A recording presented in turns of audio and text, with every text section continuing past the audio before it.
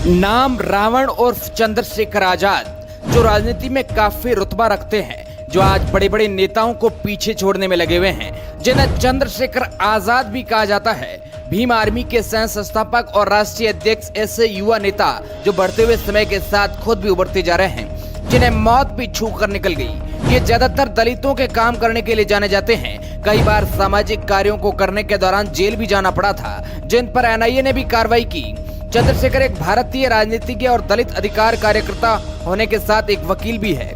आज के इस वीडियो रिपोर्ट में आपको इनके पूरे जीवन काल का ब्यौरा बताने वाले हैं। चंद्रशेखर का जन्म 3 दिसंबर 1986 को सरहानपुर उत्तर प्रदेश में हुआ था। पिता गोवर्धन दास, जो कि एक सरकारी स्कूल में प्रिंसिपल है, और उनकी माता कमलेश देवी।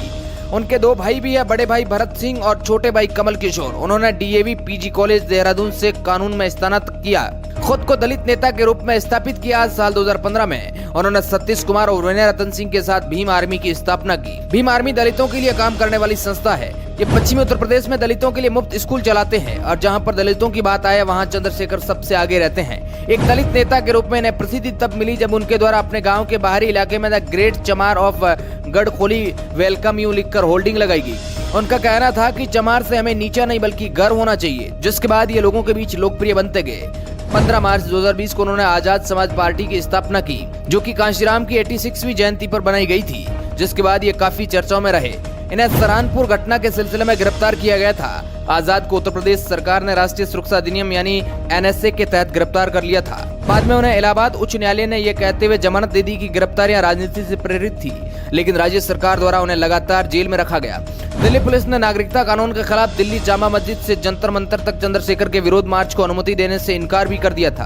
फिर भी वो जामा मस्जिद में विरोध प्रदर्शन में शामिल हुए और दिल्ली पुलिस ने उन्हें गिरफ्तार कर लिया और कई दिनों तक हिरासत में रखा गया। 2020 में हाथरस सामूहिक बलात्कार मामले के विरोध में उन्हें 500 भीम आर्मी के सदस्यों के साथ गिरफ्तार किया गया था। इन सभी को हाथरस में दंड प्रक्रिया संहिता की धारा 144 के उल्लंघन के लिए आईपीसी और महामारी रोग अधिनियम की कई धाराओं के तहत गिरफ्तार किया गया था। एक बार और जब वे सैकड़ों समर्थकों के साथ दिल्ली गाजीपुर सीमा पर प्रदर्शन कर रहे थे, किसानों के साथ भी शामिल हुए और मांग की कि नए कृषि कानूनों को तुरंत वापस लिया जाना चाहिए, जिसके बाद उन्हें हाउस अरेस्ट में रखा गया था। इतनी ज्यादा बार जेल जाने के बाद लोगों के बीच इनका चेहरा एक पहचान बन चुका है, जो एक बड़ी मुकाम तक पहुंचना चाहते हैं। आज ये ज्यादातर सरकार विरोधी प्रदर्शन के जान लिए जाने जाते हैं, जो केवल 36 साल की उम्र के हैं। हालांकि 2019 में इन्होंने प्रधानमंत्री नरेंद्र मोदी के खिलाफ भी चुनाव लड़ने का मन बना लिया था, लेकिन बाद में सपा बसपा गठबंधन को समर्थन देने और वोटों के बंटवारे को रोकने के लिए नाम वापस ले लिया। बीते चुनाव में ये अखिलेश यादव के साथ भी जाना चाहते थे।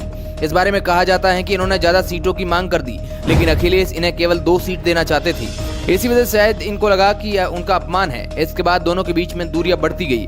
हाल ही में इन पर एक जानलेवा हमला हुआ, जिससे ये पूरे देश में चर्चा का विषय बने हुए हैं। इस दौरान अखिलेश यादव ने भी इन्हें ट्वीट कर संवेदनाएं व्यक्त की है। जब इन्हें अस्पताल से डिस्चार्ज किया गया तब उन्होंने कहा कि कुछ बदमाशों ने उन पर हमला किया। इस दौरान एक गोली 2 गाड़ी को चीरती हुई लगी और एक गोली उनके पास से निकल गई, और एक गोली जब चलाई गई जब ये नीचे हो गए थे और उस पर लगकर वह आगे चली गई। इनकी भी जान बच गई। इस दौरान बदमाशों को लगा कि शायद उनकी मौत हो गई है, इसलिए वो कुछ टाइम हवा में फायरिंग करने लगे, लेकिन तभी उनके साथ ही गाड़ी ने यू टर्न ले लिया, इसलिए बदमाश डर कर भाग गए। इसके बाद में इन्हें अस्पताल में एडमिट करवा दिया गया। हालांकि अब इनकी हालत काफी अच्छी है। Bureau report, R media.